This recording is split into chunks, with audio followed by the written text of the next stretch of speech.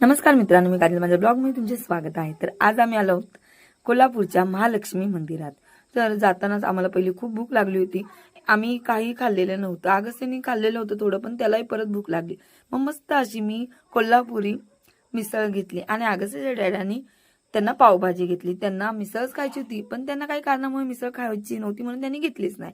आणि मंदिराच्या आत जाण्याच्या पहिलेच आपल्याला खूप काही बघायला मिळते, खेळणी, बॅग्स, खरेदी करण्यासारखे खूप काही गोष्टी आहेत।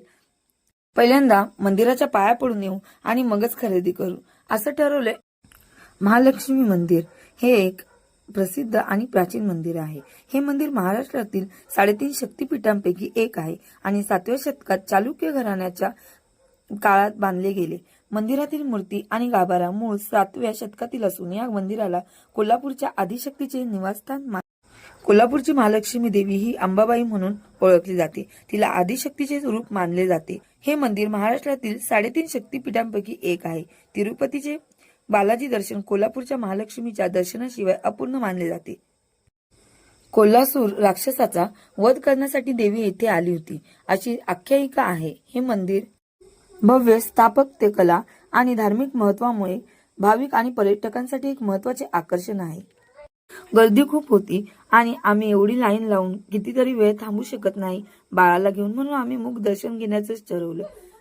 खूप दिवस झाले मी महालक्ष्मीला गेलेच नव्हती आणि खूप दिवसापासून मला जाण्याची खूप इच्छा होती आणि मनातली इच्छा ती पूर्ण झाली। अंबाबाईचे दर्शन घेताना थोडासा व्हिडिओ घ्यावा बोललं, तिथं अलाउड नव्हतं, त्यामुळे मोबाईल पटकन कट केला आणि बाहेर आलो। बाहेर सुंदर असे दीपस्तंभ पण उभे आहेत।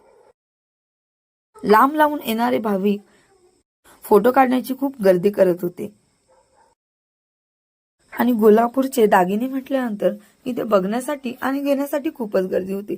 खूप व्हरायटी, वेगवेगळ्या डिझाईनच्या असे गळ्यातले, कानातले, इथे खूप अशा ज्वेलरी मिळतात। सगळं बघून वगैरे झालं आणि आम्ही या दरवाजाने बाहेर पडलो। हा आहे दक्षिण दरवाजा। दरवाजाच्या बाहेर पडताच आपल्याला गजरेवाले काका दिसतात, त्यांच्याकडे गेलो आणि गाडीला एक गजरा घेतला। गजराचा खरं तर खूप सुगंध येत होता। कोल्हापूरमध्ये खूप फ्रेश फुलं मिळतात आणि खूप विविध प्रकारची फुलं मिळतात। येतानाच आम्ही पूजेसाठी आम्हाला घरी फुलं घेऊन आलो। बाहेर आल्यानंतर तिथून खूप छान अशा चपलांचाही एक स्टॉल होता।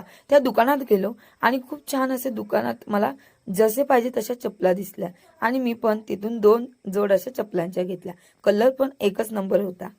कोल्हापूरचं मार्केट ही खूप बघण्यासारखं आणि खूप मोठे आहे।